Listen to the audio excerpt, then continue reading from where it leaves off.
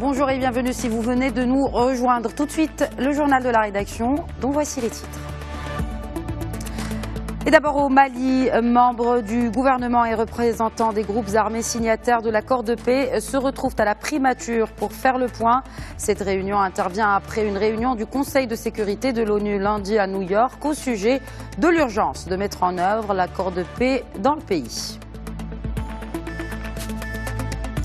C'est depuis Berchid au Maroc que le prix Nobel de la paix de 2006, Mohamed Younous, et instigateur du microcrédit, plante la première pomme de terre du projet Molat El Khair, un modèle de business social dans le secteur agricole. Et puis du football marocain en fin de ce journal. Le Raja de Casablanca qualifié en finale de la Coupe du Trône. Le club casablancais affrontera le Difa Hassanid El Jadida le 18 novembre prochain. Avant de développer ces titres, la principale information de ce vendredi. 2 individus cagoulés ont ouvert le feu sur un étudiant en médecine dans un café du quartier de l'Hivernage hier en début de soirée à Marrakech. Le jeune homme a été touché à la tête, il a été tué sur le coup. Les éclats des balles tirées ont également fait 2 autres blessés, dont une jeune fille. Elle a été transportée à l'hôpital et selon nos informations, son pronostic vital ne serait pas engagé. Et si la thèse de l'attentat a été écartée, les investigations privilégient l'hypothèse d'un règlement de compte. Par ailleurs, la moto qui aurait été utilisée par les tireurs a été retrouvée calcinée, mais aucune confirmation des autorités locales sur l'identité des assaillants n'a fuité pour l'instant. Nous reviendrons naturellement en détail sur cette information dans nos prochaines éditions sur Média TV. Au Maroc, toujours, Mustafa Al-Khelfi a tenu un point de presse à l'issue du Conseil du gouvernement. Le porte-parole du gouvernement marocain y a indiqué que les consultations autour des postes ministériels vacants se déroulaient dans le cadre de la majorité actuelle, écartant ainsi la possibilité d'élargir la coalition gouvernementale à d'autres partis. Mustafa Al-Khelfi a d'ailleurs rappelé que le chef du gouvernement avait entamé les contacts avec le PPS et le mouvement populaire pour des propositions de nom, propositions que le Othmani attend toujours. Par ailleurs, le chef du gouvernement fait le point sur le programme de qualification de 25 000 licenciés. Ainsi, en chiffres, la première tranche a bénéficié à près de 9 000 stagiaires, ce qui permettra toujours, selon le Othmani, de lancer la deuxième tranche de ce programme qui concerne 15 000 jeunes. Langue, technique de communication, culture entrepreneuriale ou encore gestion de projet. Ce programme de formation a été élaboré avec la participation de 12 universités ainsi que de 79 centres de formation professionnelle. Le chef du gouvernement marocain a relevé que l'État a mobilisé des financements à hauteur d'1 demi-milliard de dirhams pour ce programme. Et on part à Bamako qui a accueilli 15 ambassadeurs du Conseil de sécurité des Nations Unies à la suite d'une réunion du Conseil de sécurité lundi à New York où l'on a insisté sur l'urgence de mettre en œuvre l'accord de paix dans le pays. Par ailleurs, les membres du gouvernement malien et les représentants des groupes armés signataires de l'accord de paix se sont retrouvés à la primature pour faire le point. C'est un reportage à Bamako de Mohamed Danyoko.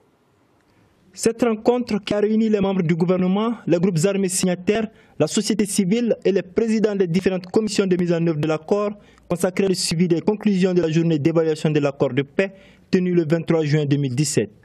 Il s'agissait de faire le point des acquis, d'identifier les difficultés et de proposer des solutions permettant de parachever sa mise en œuvre. Tout porte à croire que l'accord commence à porter ses fruits. On peut signaler l'arrivée du gouverneur et puis la validation de la stratégie de développement des régions du Nord et le fonds de développement durable. Donc tout ceci, c'est des avancées notoires qu'il faut signaler dans cette période après le 23 juin. L'une des avancées notables, c'est le fait que les 2 groupes armés signataires de l'accord, que sont la coordination des mouvements de l'Azawad et la plateforme, qui il y a peu s'affrontaient dans le Nord, aient parlé d'une même et seule voix. Le 20 septembre dernier, nous avons signé des engagements de vivre ensemble et de s'accepter. Ensuite, en ce qui concerne toujours la mise en œuvre de l'accord, nous n'avons pas de difficulté à nous rapprocher et à défendre la mise en œuvre de l'accord parce que ce sont les mêmes populations, les mêmes terroirs qui sont demandeurs de retombées de cet accord. Si cette entente entre la CEMA et la plateforme a été saluée, leur réticence quant à l'implication des autres groupes armés non signataires de l'accord dans le processus de réinsertion pourrait être le début d'un nouveau problème. C'est une nouvelle défaite cuisante pour Daesh. L'armée syrienne, avec le soutien de l'aviation russe, reprend le contrôle de Deir ez-Zour. Si l'Observatoire syrien des droits de l'homme l'a annoncé, l'information n'a pas encore été officiellement confirmée par le régime de Damas. Les médias officiels syriens évoquent une importante avancée dans cette ville de l'est du pays. Daesh a multiplié les revers ces dernières semaines, en l'occurrence en Syrie et en Irak. Rappelons qu'à mi-octobre, l'organisation extrémiste a été chassée de Raqqa, son ancien grand bastion, ce qui représente une défaite hautement symbolique.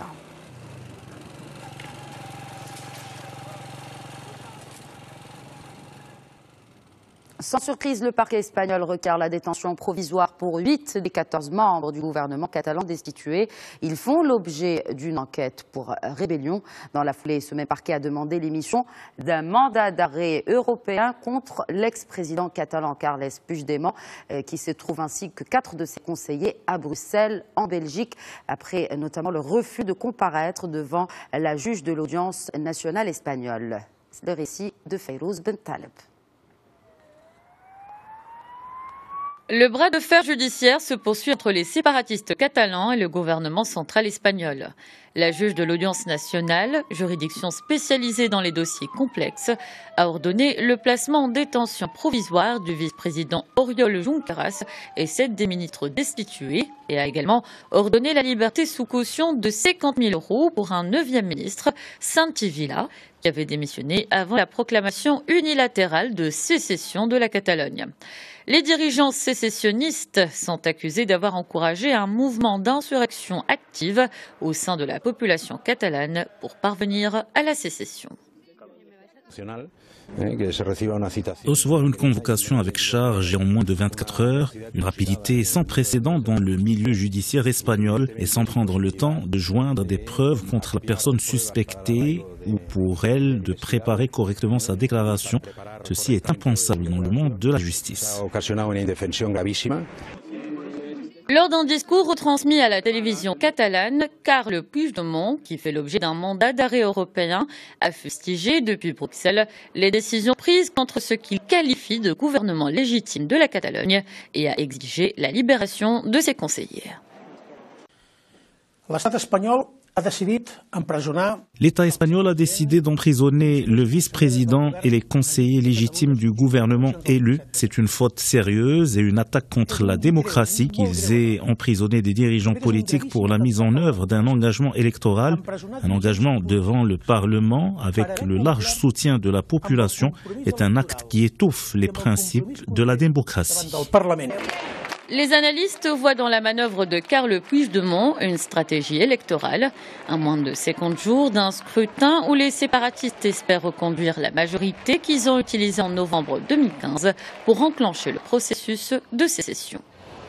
Autre sentence en France, cette fois, la justice française a plutôt cette sentence à l'encontre, en tout cas du grand frère du terroriste Mohamed Merrah, Abdelkader Merrah, a été condamné à 20 ans de prison. Les 5 magistrats de la Cour d'assises spéciale de Paris l'ont reconnu coupable d'association de malfaiteurs terroristes criminels. Ils l'ont en revanche acquitté de l'accusation de complicité pour laquelle il risquait la réclusion criminelle à perpétuité.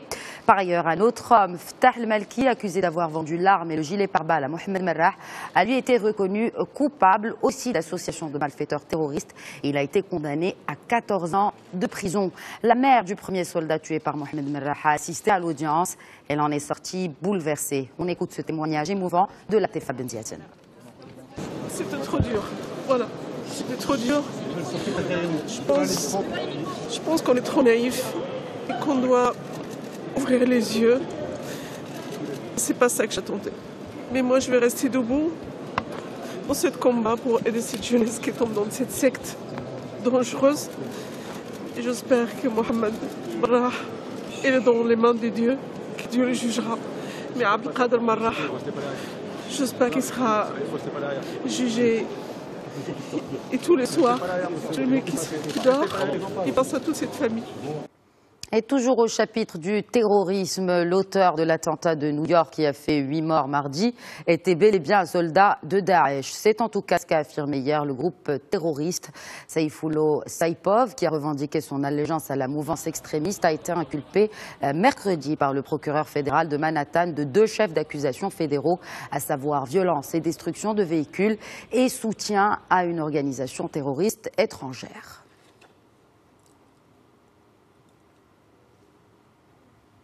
Et suite à cette attaque terroriste, Sa Majesté le roi Mohammed VI a adressé un message de condoléances et de compassion au président américain Donald Trump.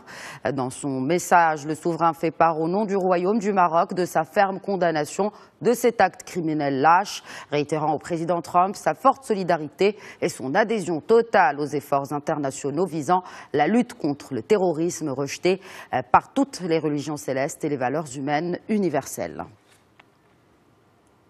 Sans transition, il a 77 ans, il est né au Bangladesh et il est prix Nobel de la paix en 2006. Mohamed Yunus a fait un travail de longue haleine en faveur du microcrédit. Il est considéré comme le pionnier du social business ou du business social. Il a même défini un nouveau modèle entrepreneurial. Il était à Berchid au Maroc hier où il a lancé le projet Moulat El Khair. C'est un reportage de Marwa Ben Halima et Salim Aki sur un récit de Souhaib Boutah. C'est Mohamed Yunus, le prix Nobel de la paix 2006, connu pour son œuvre en faveur du microcrédit et de la lutte contre la pauvreté, qui plante la première pomme de terre du projet Moulat El Khair au Douar Lambarkine dans la province de Berchid. Il marque ainsi le lancement d'un projet d'entrepreneuriat social dans le secteur agricole au Maroc qui permettra le développement social de tout un écosystème rural à travers des unités de production de pommes de terre. C'est un moment très important aujourd'hui, nous l'avons fait, nous sommes heureux d'être présents ici avec les bénéficiaires, les gens qui travaillent ici et les compagnies avec lesquelles nous sommes en partenariat pour mener le projet à la réussite. Moulat El Khair est né de la coopération entre Mohamed Yunus, l'entreprise canadienne McCain et 3 acteurs marocains de l'agroalimentaire, à savoir AgroPro, La Belle Vie et Yosi Food. Moulat El Khair prend la forme d'un social business dans le secteur agricole. Les familles bénéficiaires de ce projet auront un emploi stable et profiteront d'une couverture sociale. Ce nouveau projet permettra également aux ouvriers agricoles et les plus démunis de bénéficier de formations. Dans le cadre de ce projet, Mohamed Yunus a participé aux côtés d'acteurs locaux à la 3e édition des rencontres Responsabilité et Performance à Casablanca. Placée sous le signe du partage d'expériences entre acteurs du développement, cette édition fournit l'occasion d'initier une réflexion et un processus de mobilisation des savoirs autour de l'innovation sociale et de son rôle de moteur de la croissance durable en Afrique. Au Maroc, toujours un mot de football à présent. Le Raja de Casablanca valide son billet pour la finale de la Coupe du Trône. Et ce après son nul à domicile hier soir face à la Sfar en match de la demi-finale retour. Rappelons qu'au match aller disputé jeudi dernier, les 2 équipes s'étaient quittées sur un nul 1-1. Enfin, notez que le Raja de Casablanca affrontera le Difa Hassani Del Jadida en finale de la Coupe du Trône le 18 novembre prochain. Et avant de se quitter, je vous rappelle la principale information de ce journal. Hier, en début de soirée à Marrakech, 2 individus cagoulés ont ouvert le feu sur des clients d'un café du quartier de l'Hivernage. Un jeune homme étudiant en médecine a été touché à la tête. Il a été tué sur le coup. Les éclats des balles tirées ont également fait 2 autres blessés, dont une jeune fille également étudiante à la faculté de médecine. Les 2 blessés ont été transportés à l'hôpital et selon nos informations, ils seraient dans un état stable. Si la thèse de l'attentat terroriste a été écartée, les investigations privilégient l'hypothèse d'un règlement de compte. Par ailleurs, la moto qui a été utilisée par les tireurs aurait été retrouvée calcinée, mais aucune confirmation des autorités locales sur l'identité des assaillants à l'heure de ce journal. En tout cas, nous reviendrons en détail sur cette information et les développements de cette information dans nos prochaines éditions sur Média TV. L'info continue et l'info continue également sur mediatv.com. Merci de rester avec nous.